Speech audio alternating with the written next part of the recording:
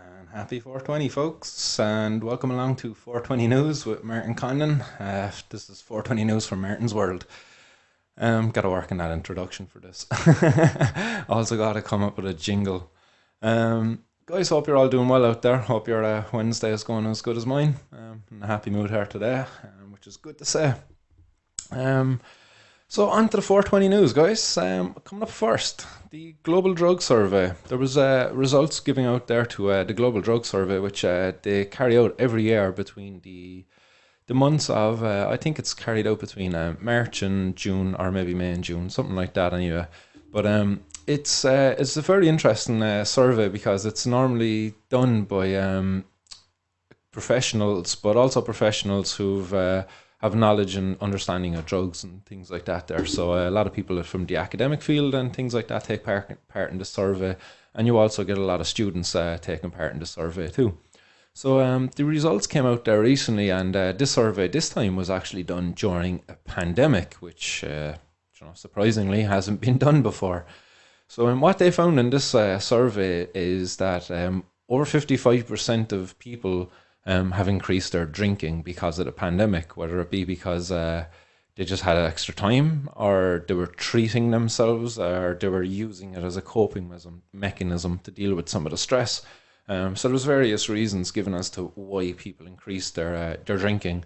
But then there was also 60% of the people asked then that they were going to try to drink less in the following month. So this would have been done, as I say, between May and June. So the people were acknowledging that they were probably drinking a bit more, and were trying to take steps to reduce those harms and drink maybe a bit less. So interesting enough, from that survey, there was 4,158 people who done it in Ireland. 5% of those people were under the age of 25, and 38% of those people were over the age of 45. So the rest were lying in between that age, 25 and 45. So again, as I said, 55% of those people had increased their drinking, but of that 4,158 people, 927 of them actually used THC cannabis products within the last year. And of that 927 people, then 39% of them have been using more frequently because of the pandemic. And again, they didn't really even go into the details given there, but more than likely going to be used as a coping mechanism. And again, 622 of those 4,158 people used cocaine within the last year. And interesting there was 47% of people used it less frequently because of the pandemic. And again, that's probably reflective of the nature of cocaine and the scene in which it's used, It's probably not going to be pleasurable to be made sit down at a table when going off to after going off to the bathroom and doing a line, sitting down and being still and not moving around and talking to people like that. That's not what you want to do after a line of cocaine, So of course, the use of cocaine is going to reduce now with the change in the way in which people go out and socialize. So that's interesting. But another interesting thing that came from this survey was the question around drug availability. So the Global Drug Survey asked people, has the pandemic affected the availability of illegal drugs? And Ireland came out on top. So 74% of people in Ireland said that drugs now are more difficult to get because of the pandemic, as in availability is reduced. As opposed to places like the UK were next with 55%. The US had 48%, and the Netherlands had 35%. No, it's actually interesting there is that in the US and the Netherlands, actually, cannabis was the sale of cannabis was regarded as an essential service, quite similar to how alcohol was regarded as an essential service here. So their stores stayed open, so people who wanted to consume cannabis had an ability to go and get it. Again, as I say, much like the people who consumed alcohol here did. So that's just interesting there that again, Ireland coming out on top, 74% of people saying that the drugs were harder to get. And I would concur with that from what I've seen on the cannabis scene. Anyways, cannabis became much harder to get. A lot of people's sources dried up, and that put people at risk. People were now taking risks, dealing with new dealers, and all of that. So again, that was a change there, in the scene, and how cannabis became less available because of the pandemic. So the next thing on the on 420 news today, guys, is going to be from the Food Safety Authority, the FSAI. Nice guys, I got in touch with them years back when I was in college. I wanted to volunteer my time to do a study. And interestingly enough, they've actually come forward and done this study since, but I wanted to do an off-the-shelf testing of the CBD products that were being sold to consumers in Ireland, because I was quite concerned at the time that because of the lack of regulations and the lack of quality testing, that the consumers are at risk of being misled as to what was in the products. Because I know in the US, tests done off the shelf of products found wide varying levels of compounds within the product, as opposed to what the label said. So some of the products that might have said 10% THC might actually have 20, or might have had none. So the levels varied. So the Food Safety Authority actually recently, so why they're here is they recalled a product, a CBD1 oil. So you see that oil popping up here. So the CBD1 oil is it's produced in the Netherlands and imported into Ireland, and sold through some of the independent shops that would sell these type products. I think Hale vape store was one of the vape stores that kind of came up there in the articles as I was looking around doing a bit of research on this. But this product was found to contain THC above the levels regarded safe by the European Health Authority. So basically, this product had to be removed. But in Ireland, there is no tolerable level of THC within these products, so they're all going to get removed from the shelf if they're found to have THC in them. But the danger here, guys, is this product. If you were to take a drop of this product, I covered this on the show last week. If you haven't seen that episode, you'll find it over on YouTube. It's the RSA drug driving one. But basically, if you were to take this product and then maybe hop into your car and go to college or to work or training or wherever it is you're going to, and you happen to just come across a checkpoint, you could fail because of this, quite potentially because of the level of THC that's in this product, and the nature of the tests. So the tests only look for traces of it in your saliva. So if you test positive in your saliva, then they're going to arrest you and bring you back to the Garda station, where you have to do a blood test, and that's where you'll get convicted then if it's found above 1 nanogram per milliliter in your bloodstream.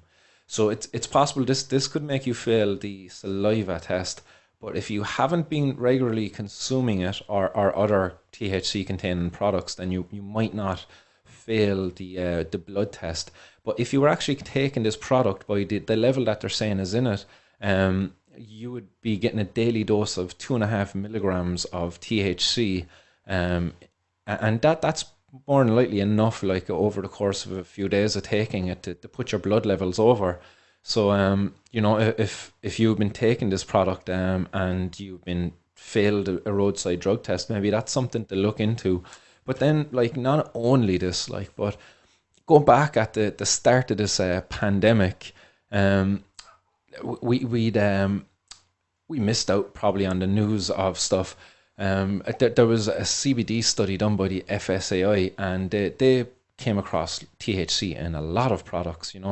But just before I jump into that, I just wanted to bring this up, is for the CBD1 oil.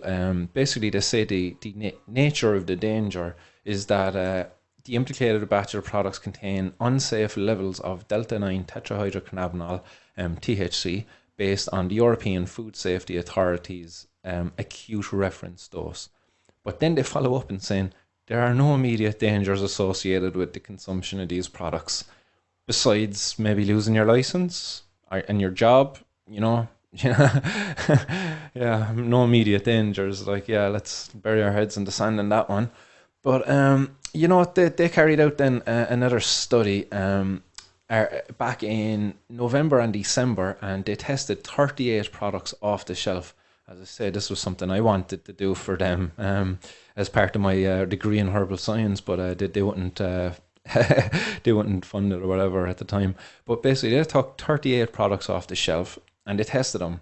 And what they found from those 38 products here is 32 of them had THC in them.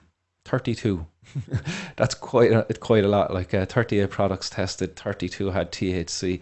And as I say, like if these products have THC in them, that's quite dangerous in terms of your ability to drive in regards to the law. So you might feel fine, your motor functions mightn't be affected at all. But as I said in that last episode, if you haven't seen it, is that basically our Gardaí don't need to prove impairment. They just need to find the presence.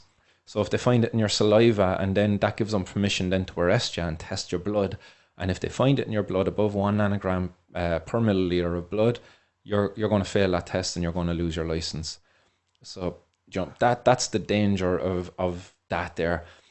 Further then into that, what they found is that 13 of the 38 products were novel foods. So as a novel food is basically, it needs to have prior authorization by the European Food Safety Authority to be sold on the market legally. So these products were actually being illegally sold on the market because they didn't have prior market authorization to be sold by the European Food Safety Authority. So that's 13 products out of 38. Then 19 of the 38 products, which is 50% of them, half of the products, they were making unauthorized nutritional and health claims on the product or on the website where the product had been sold from. So that's a lot, 50%, like, making unfounded nutritional claims and possible health claims. Like health claims are things like will cure this, treats this, will reduce that. Like that's a kind of a health claim that could be made. That's not allowed to be done on a product. You're not allowed to say your product will do something like that unless your product has been actually tested for it. There's ways around that. You can say, oh, CBD is shown to do so and so, and you could put that maybe on your website or possibly on your product, but you can say your product is going to do that because then you're in breach of these regulations essentially. Some of the unauthorized nutritional claims they were saying were being made was GMO free, gluten free, lactose free. Why they're unauthorized, I'm not too sure. Maybe because of the nature of the products. A lot of these are oil-based products, possibly. So maybe you're not allowed to say gluten-free on an oil-based product. I don't know. Again, I'm not an expert on these regulations at all.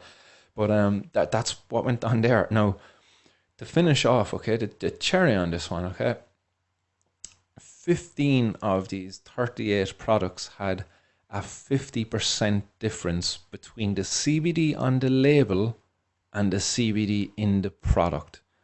50%, a greater than 50%. Now, I didn't get to see it in the study as to the extent of the difference, and what that actually was, because it doesn't say whether it was 50% more or 50% less. It's not differentiating in the study that I had read earlier. So that's rather worrying. Like 15 products out of 38 had a greater than 50% difference of the product of the CBD that was claimed on the label as that was found in the product. And then to follow up on that, they went one further and they reduced it. If they said if a product had a 10% or greater difference, that brought that up to 35 of the 38 products.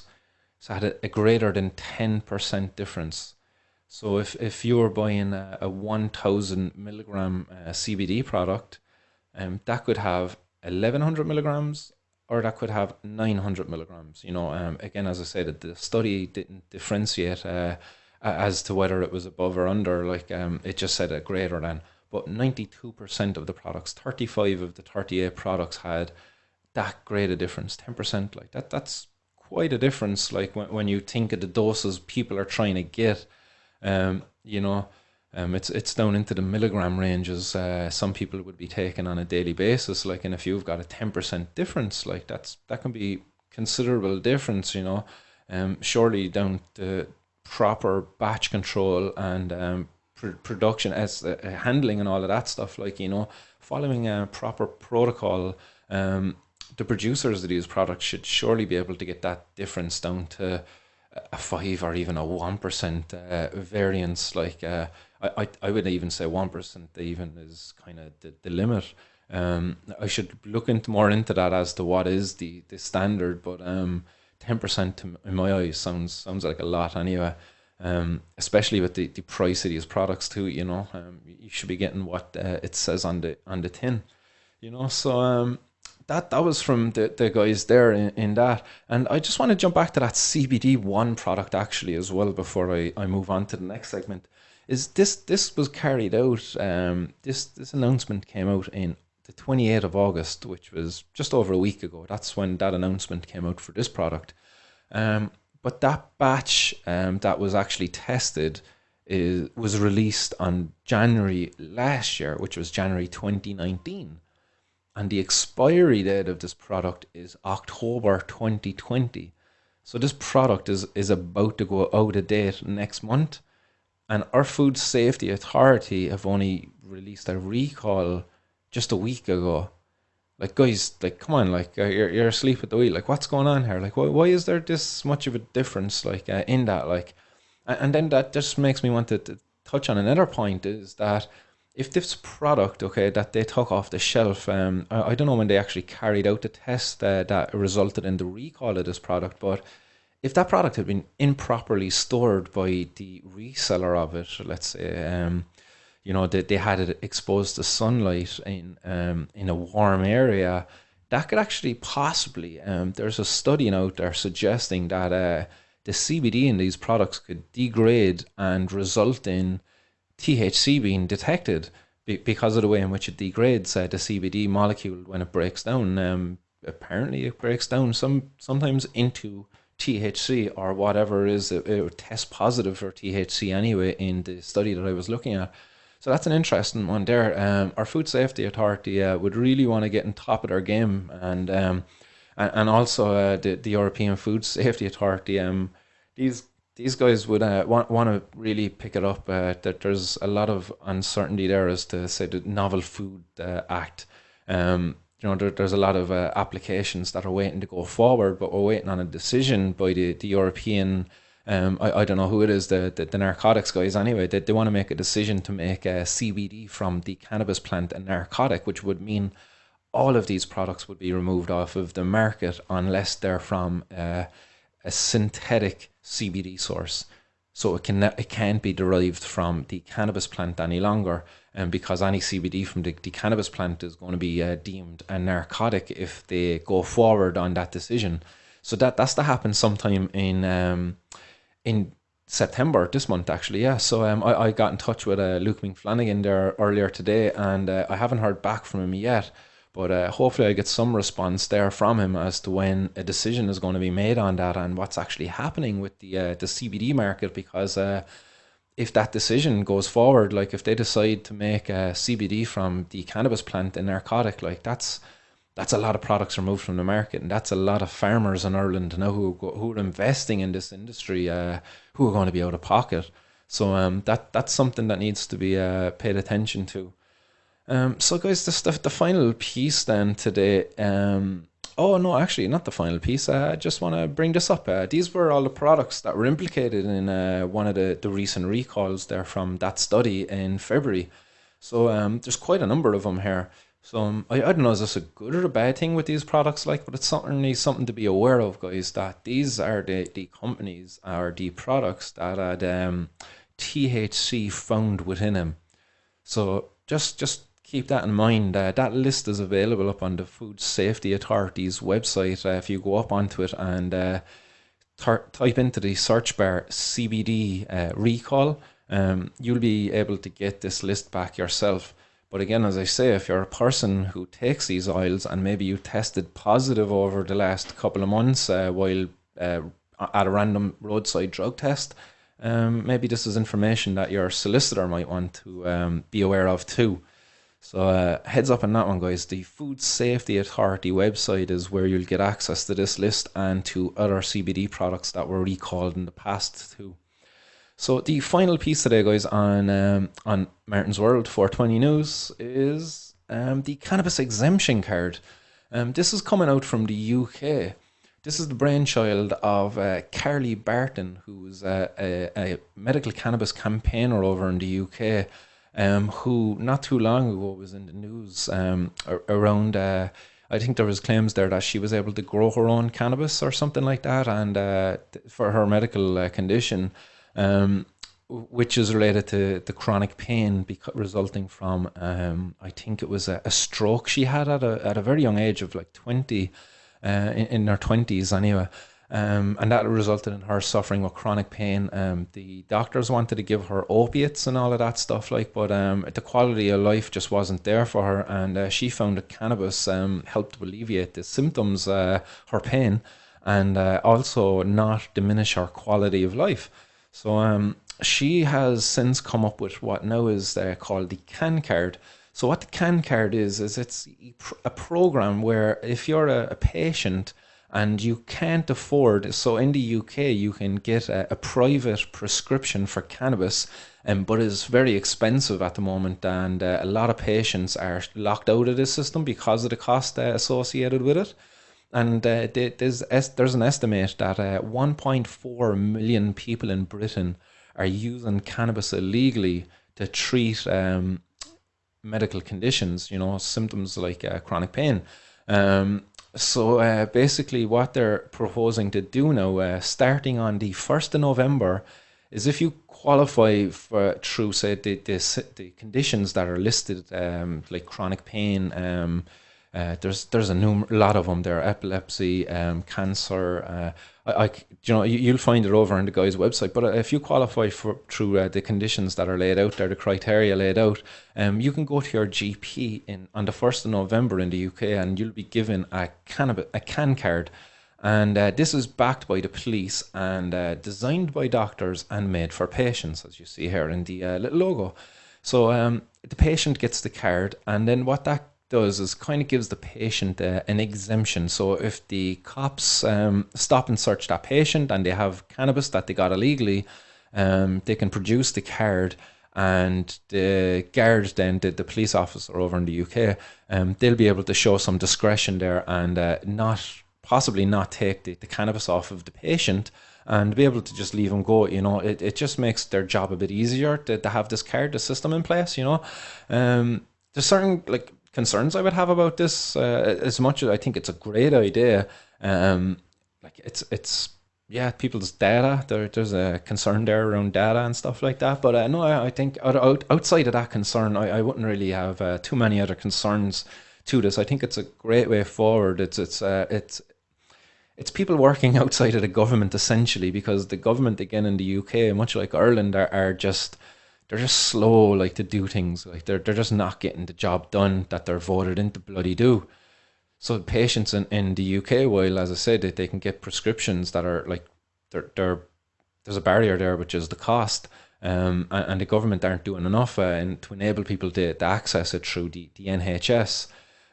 So now patients and doctors are coming up with little systems like this that hopefully will give people, a bit of peace of mind when they're going around with the cannabis that maybe they've grown themselves or got through a grow collective, as they have in the UK, where patients and growers combine together and form collectives where the growers provide the medicine for the patients, because as I say, the government and the guys there, they're just dragging their feet. They're waiting to see how best they can line their pockets before they actually do something here, in terms of legalization and regulation of cannabis and medical cannabis. So that's happening in the UK, and as of today, if you're over there, if you're not Merlin and you're watching from the UK, you can actually register your interest now over on CanCard. I'll just double check what that website is. I have it open here. 1 second, guys. CanCard. Cancard.co.uk. Yeah, I just wanted to double check that that's what it was.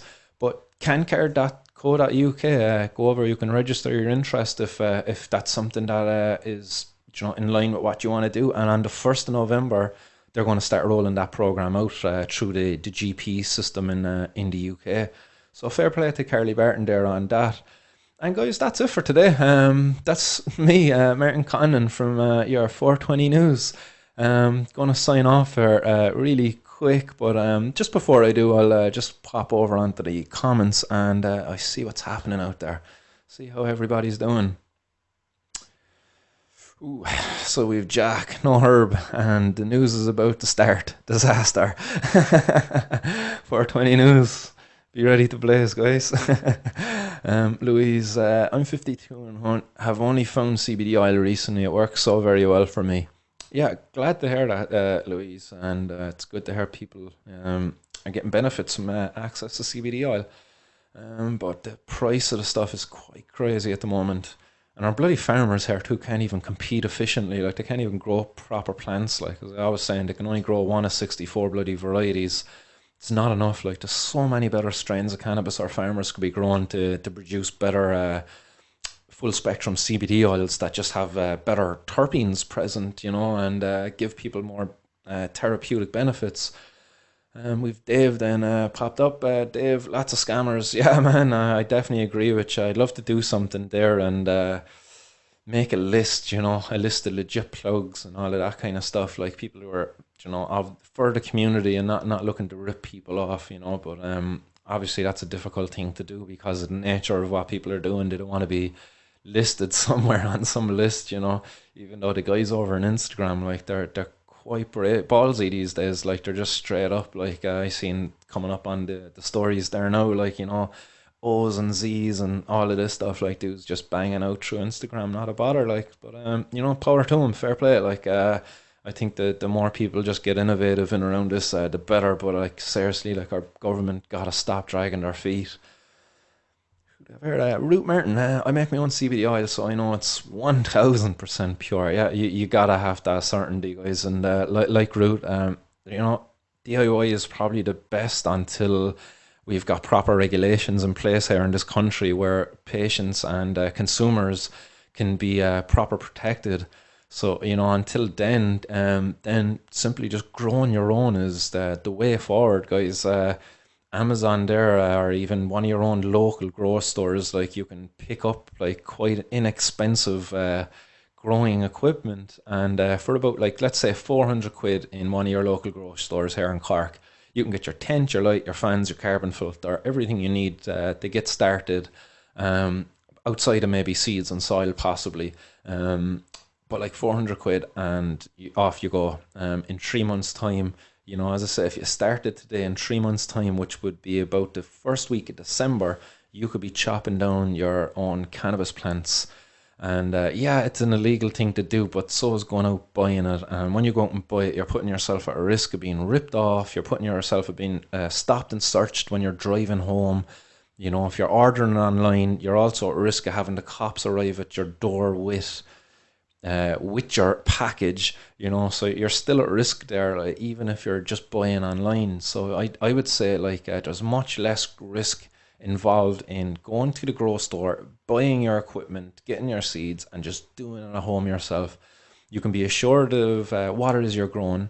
You can be strain specific, pick out whatever it is that you actually want. If you want White Widow, if you want an indica, if you want sativa, you want that chocolate, that daytime smoke. You can be the decider of that, as opposed to be at the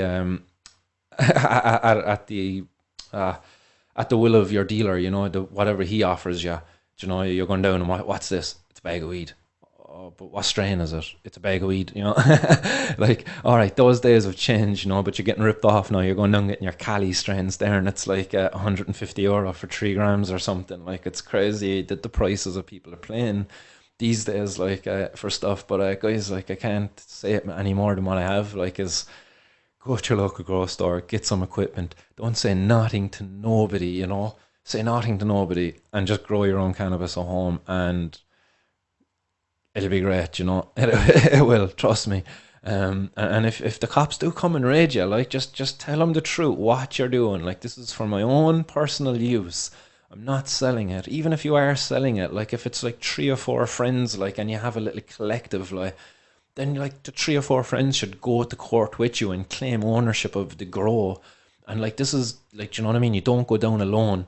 We need to set up little systems like this, like, and get more innovative. Like this stuff of paying €150 for 3 grams of Cali, like when, do you know, the Cork growers, man, they can grow some pretty bomb ass dank, like, and do you know, you don't have to be getting it all the ways imported from Cali, like, and damaging our environment and all that stuff. Like, let's keep it green, like, let's be environmentally friendly and grow your own at home, guys.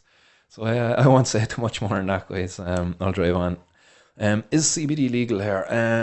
CBD is legal here, but growing cannabis is not. CBD flowers are not.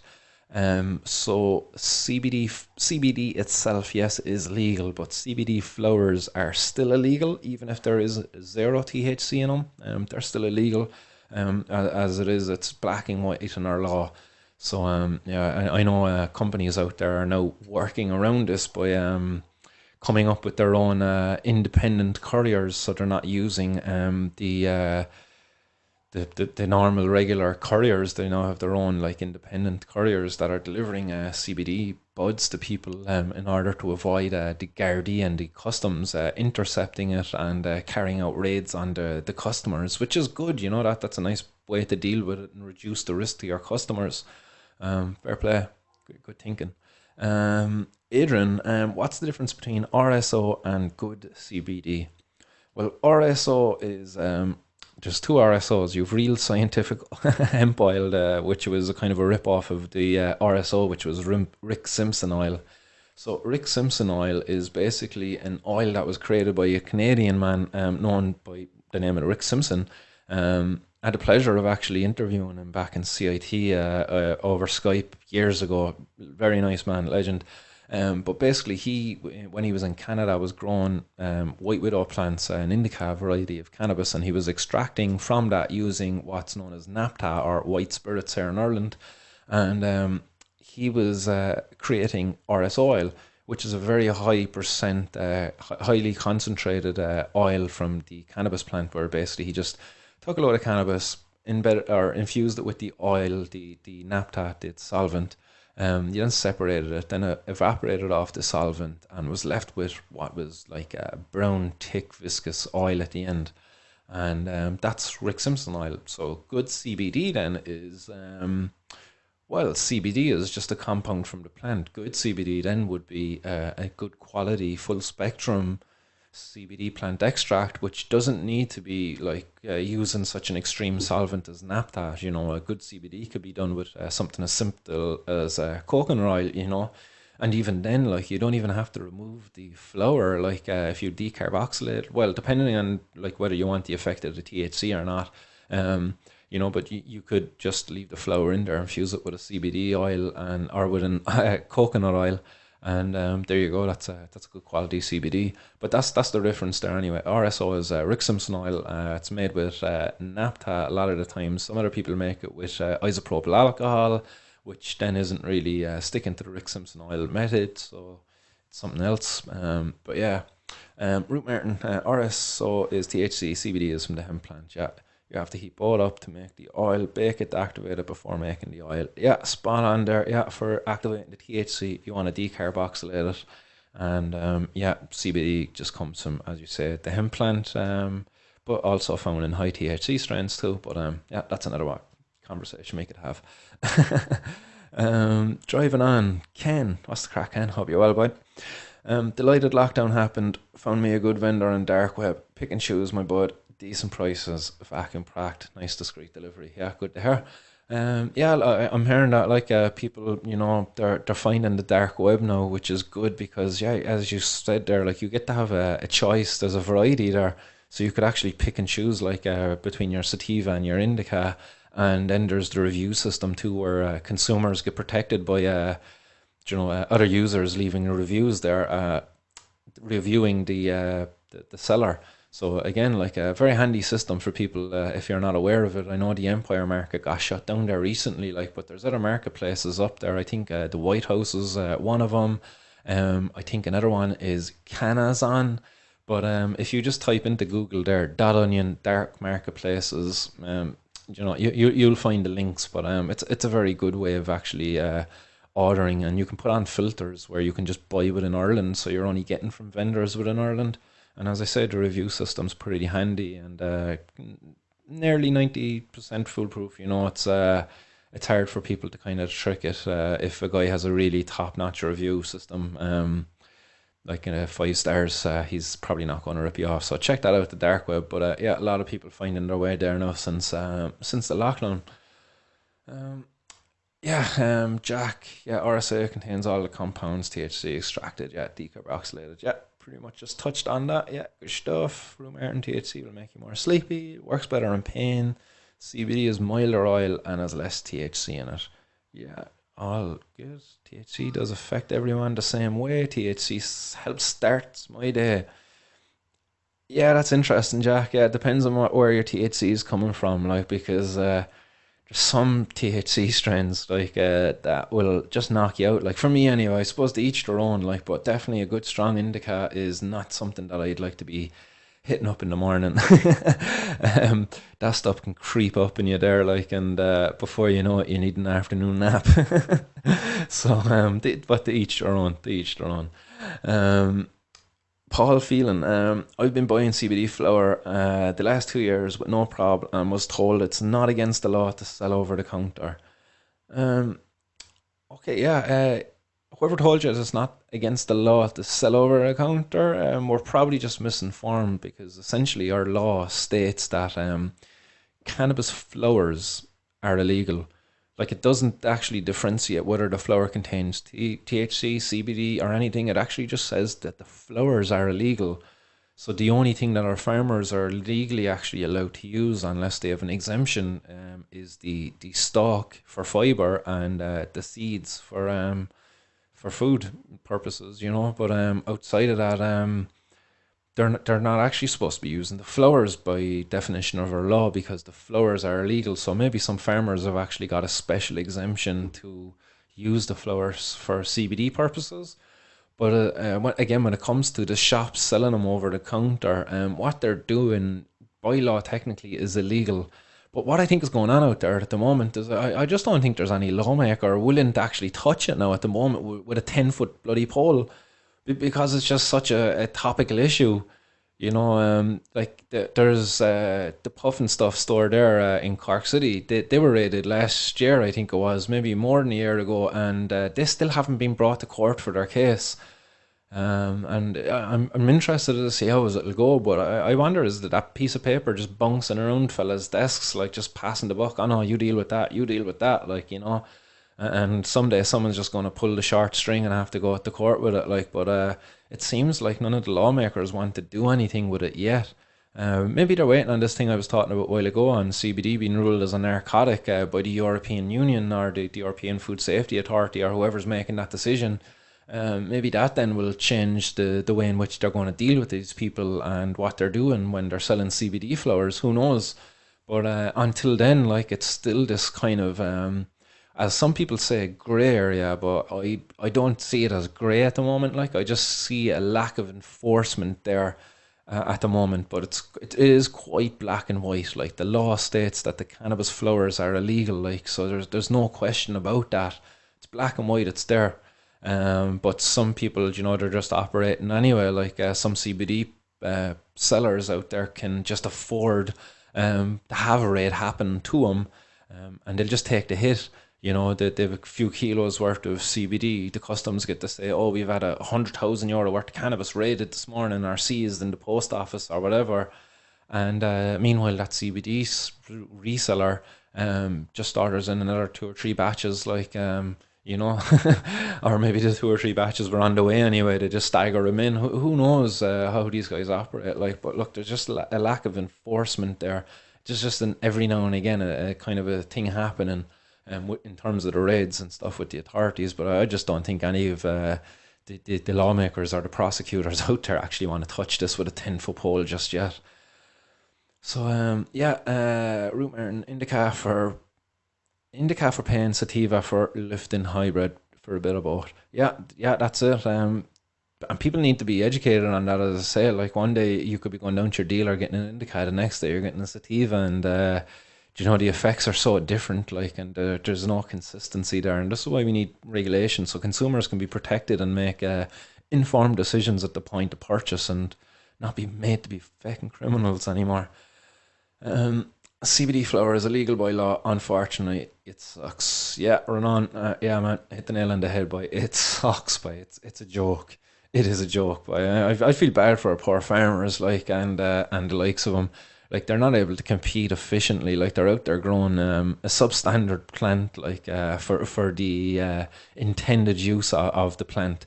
You know, as I said, it's 64 varieties are for seeds and oh, excuse me, for for seeds and for stalks, or yeah, seeds and for fiber. So they're not actually for CBD. There's two of the 64 varieties on that list that have only up to 5% CBD, which isn't a lot compared to say what they're growing in Switzerland, where they're allowed to grow up to I think 1% THC in their strains, but they get upwards of 25% CBD in some of their strains over there. Like, and they're able to make it nice, efficient extractions. Then at the end of that, like, you know, just think about it in terms of efficiency. Our CBD producers in Ireland, like, aren't able to compete effectively on the world stage. Like, and we're producing substandard products. Like, really, at the end of the day, and Ireland is a country that should be known for its quality produce. Like, and this prohibition is actually making us tarnish our representation a bit on the world stage. And it's going to cure the continent out a bit. Oh, got hooked up by the guys at the Candy Plug there yesterday with some Choco Melts. Lovely stuff. Oh, it's like being back in Amsterdam.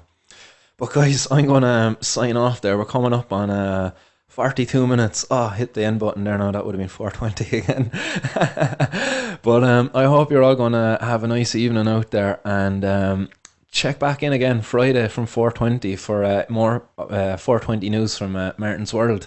And tomorrow at some stage, I'm going to also be hopefully having an interview with a fellow cannabis activist from the UK, and an old pal who I haven't seen in a long while. We had him over in Dublin there, and some of his own colleagues over to the UCC. But it's Clark French, so I look forward to having a chat with Clark tomorrow and to get some updates as to what's happening over in the UK medical cannabis scene. So guys, until then, keep it real. Martin Condon signing off. Peace.